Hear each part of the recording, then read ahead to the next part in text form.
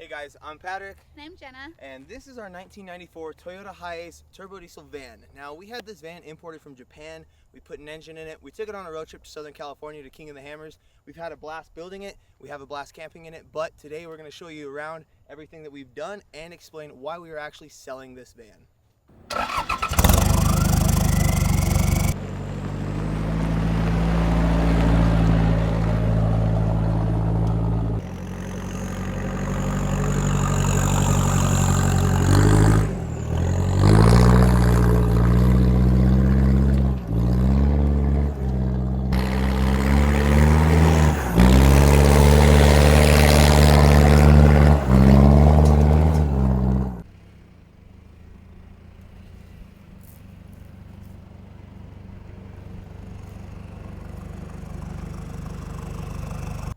So a little bit about Toyota Hiace. It's a right-hand drive turbo diesel van. It's got a 3-liter turbo diesel 1KZ TE engine in it.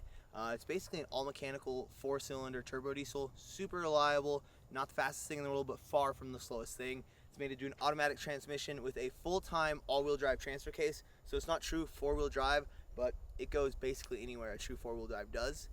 We took this thing on a just about a 2-week road trip to Southern California to King of the Hammers. We beat the ever-living snot out of this thing, and it never let us down.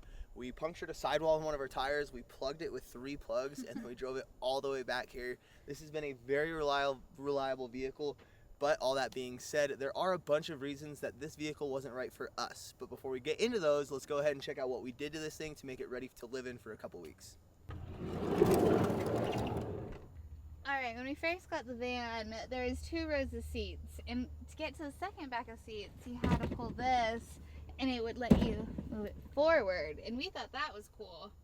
But then we started playing around with it a little bit more, and we had seen if you pull this side and pull this little nifty lever, it spins all the way around, which is pretty dope. So basically you could have these seats facing that way, and those the back seats face this way, and you could just have a nice little lunch with everyone. And then another cool feature about these seats is they actually latch halfway. So if we come over here, do that again, you can spin them just like that. And they latch in, and you can hang out there and enjoy whatever view it is that you're enjoying. Watch outside the window. I know, how nice is that? So we opted to remove the far rear seats in order for this full bed platform to fit. We'll go ahead and put this back to normal, and we'll show you how all this works. So the way that we designed the back bed is we had to turn the seats all the way around where they're facing the back and move them as far back as possible. So that way we just have to grab this little lever and pull the bed, and where they sit on the edge of the seat, and then we pull up this little rod that Patrick had milled, and it's our little stand. Places right in there. And just real quick, this is billet aluminum, just for all you nerds who are really into that. Billet aluminum, and I milled this, so it fits real nice. And then we just swap out the trifold bed, and it will lay all the way across. And it creates like what, a full bed? Yeah, like a full-size bed. It's a full-size bed, so that's pretty neat. And then you get storage underneath. Yep, this is where you put all your stuff while you sleep. There's a little bit of setup involved in this kind of setup, which was honestly one of our biggest demises. We hate setting up, so that was one of the reasons that we didn't fall in love with this rig, honestly, and that's on us. Coming around back here, this is obviously where the goods are stored. The bed, push that up, and you can cook here if need be. Under here, we cobbled together some blinds. We have never sewed anything in our life, but we did make some blinds for all these windows so that we had privacy at King of the Hammers. Because if you've ever been to King of the Hammers, there's not much privacy. And then under here, like I said, you have a massive amount of storage and a ton of power. So let's go ahead and see what we did for a power system in this rig, because I am pretty proud of it. All right, so under here is our pretty massive battery bank. We have 200 amp hour lithium batteries. We have our shunt, so for our battery monitor, we have a 500 amp hour battery monitor there. We have the Victron Energy 130 MPPT solar charge controller. We have a 2000 watt pure sine wave inverter. We have a fuse box here, and then a 20 amp DC to DC charger. We have all the appropriate fuses, all the appropriate gauged wires. This is actually set up for a 3000 watt inverter, so that's super cool. This is completely modular. And then one thing we did is we built it all into this box. So really all you have to do is unplug the circuits that go to the van, unplug the in from the alternator and the solar, and this box can come out and go into another vehicle if you already have solar hooked up, or even just want to run the DC to DC charger.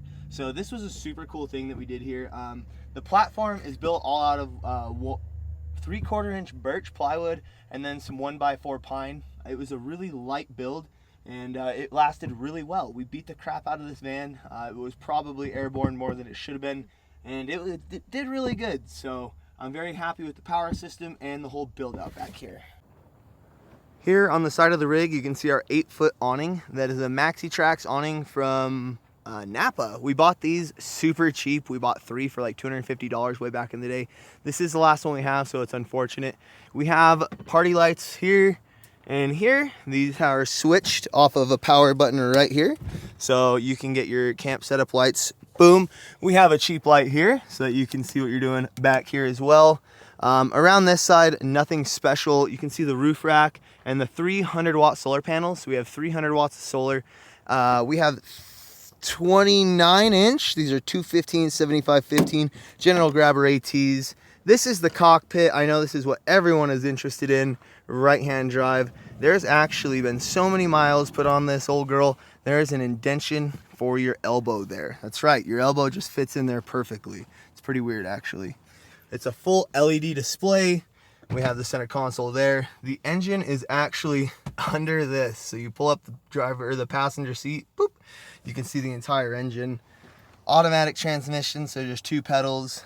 The steering column is actually broke. It's supposed to go up and down, does not move at all. And just for fun, that's where you put your brake fluid. Pretty weird. These come from the factory with a bull bar and lights. We actually kind of broke the light covers, but we did add a 20-inch slim light bar. Does really good. We're proud of that light bar. It's very easy to install, and we wired it up to these switches. So one switch, you have all your auxiliary lights. The LED light bar pulls basically nothing compared to those old halogens, so no stress on the power system there. Other than that, like I said, this thing is dented, bruised, beat up, but it runs very well. It's been a very good truck. And I guess before we go, we'll go ahead, pop open the bonnet, the hood, I don't even know what you call it in this. You pop this up, get your hood prop, which is this thing. And under here you can see that turbo diesel 3-liter engine. So it's non-intercooled.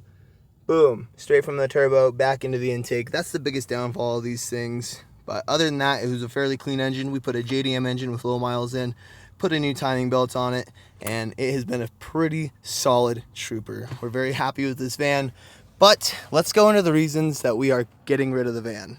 Ultimately, the main reason we're getting rid of the van is we have too many projects. I really would love to keep this van, but reality sets in. I barely have time to maintain the projects that I have, let alone build them. And I have quite a few projects that still need built. So that's the biggest determining factor as to why we're selling the van. But there are a ton of little things that we didn't like about it, or just weren't great for us. And let's go into those. So for me, I work on this thing. So for me, parts availability, not being able to replace or buy parts same day, next day, or even 2 days later, that's huge. We have some extra parts, but it sucks having to wait on parts or being nervous that you're going to be left stranded for 1 to 2 weeks because you can't find an alternator, you can't find a lower control arm, all these little things that you don't think about with cars from the States. You can't get these parts for these cars without a 2-3 week wait from Japan, Australia, or wherever they are coming from. So what's your least favorite part about the van? There's no way for us to lock ourselves in from the inside, basically. Like, you can, but it's really hard. So I guess going off of that, setup and tear down. And yeah, setup and tear down is we're spoiled now. Super spoiled. We got the Sunrader, and setup is all of 30-60 seconds. Even with our rooftop tent, setup was super fast. We had the whole back built out, so we popped the top and we were set up. With this, we had us, our 2 dogs, the bed, it takes 10 minutes to get everything moved around, to get the bed slid out when you have so much stuff back there.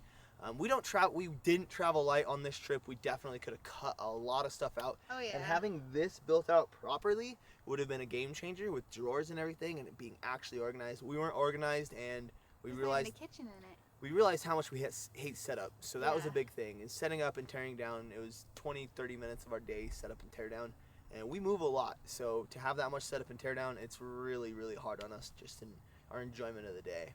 And the dogs too. It was just not enough room for dogs to be able to relax on our long trips. If we did anything differently, I think making this a permanent build out rather than a weekender build out and Yeah. saving those rear seats would have probably changed our perspective about a lot. Mm-hmm. But I think ultimately the demise of this van for us is that we built it as a weekender. That's really all we can justify having is another weekend rig, because we have the Sunrader, we have all our other vehicles, so we couldn't justify another full-blown camper van. So we wanted to keep it functional as a commuter with 4 seats in it and just a normal car, as well as be able to take it out on the weekends. And I mean, we should have known better from our 4Runner. Yeah, we even took the rear back seats out of the 4Runner 4Runner. to make it better to camp. And honestly, like I said, the 4Runner is so much better set up. It has better storage management. We also just kind of threw this together because we needed to get to hammers. So we were really just building It 4 wasn't hammers. thrown together, all right? It wasn't thrown together. Okay, not thrown together, but it I've- was put together. I've thrown 4 some things hammers. together, okay? And this one got probably the most fully functional thrown together. It Oh, has I'm not carpet saying- on the plywood. I know it does. Back I know, off, lady. No. So you know what I'm saying? We were definitely in a rush, and we were thinking, we wanted people to check out the vans. We wanted to keep the seats in all perspective. We should have just torn out all the seats. Absolutely. All of We them. thought we'd have anyone in the van, but I We don't thought we think would one be person taking. set Yeah, we foot thought in the we van. would be having guests in our van to ride in our cool sideways seats, but nobody did. We didn't have any room. Our dogs did. So, yeah, ultimately, not enough room for me, my wife, our 2 dogs, and what we needed for how we built it out. I think for a lot of people, this would be a perfect solution. If you completely gutted this thing and did a dedicated build, Yeah. you could set it up really good. Kitchen in the front, bed in the back. Don't have your bed set up. Water that's easy to get to, food that's easy to get to, clothes that are easy to get to. Just, if you're doing one thing, building a van, make sure everything is easily accessible, because the harder it is for you to do your easy day-to-day tasks, the less you're going to enjoy living in a van. Yeah. So, Yeah. or RV or a truck camper or whatever it is, 4-wheel camper, Sunrader, van, whatever you do, set it up for you. If you're doing it on the Right. weekends, and you don't mind a little bit of setup and you're not going to move a lot, that's fine. But if you're like us, you're all over the place, you're setting up every single day, tearing down every single night, or vice versa, Not knowing where you're sleeping. it's not worth it to not be able to set up fast. It really diminishes the quality of your trip. So, At least for us. That's Yeah. that's for us. seems to be for everyone. I don't know. I mean, we know a couple people who like to take their jolly old time and set up those good old tents. All right, well, enough of us rambling on. I'm actually selling this to a very good friend of mine today. I just wanted to make a farewell video, show you guys around the build, and yeah, I didn't fully do all the content I wanted to do with this thing. I wanted to put it on big old 33-inch tires, put a part-time transfer case in it, give it real 4-low and, bigger lift and all sorts of things. None of that's going to come to fruition this year or next year. But if you guys have super crazy ideas and you really want me to build a Hiace, show this video some love, give it a like, give me a comment, let me know, because I will. It's just no one really enjoyed the very first video. So on top of not enjoying the video, we didn't love the van. So sayonara, Mr. Toyota Hiace. It's very good seeing you. And thank you guys for watching. Hopefully you'll tune in next time. We have a ton of content coming your way. I'm dedicating so much more of my time to creating content for you guys. So please show me some love, because I'm about to show you some love. All right, talk soon.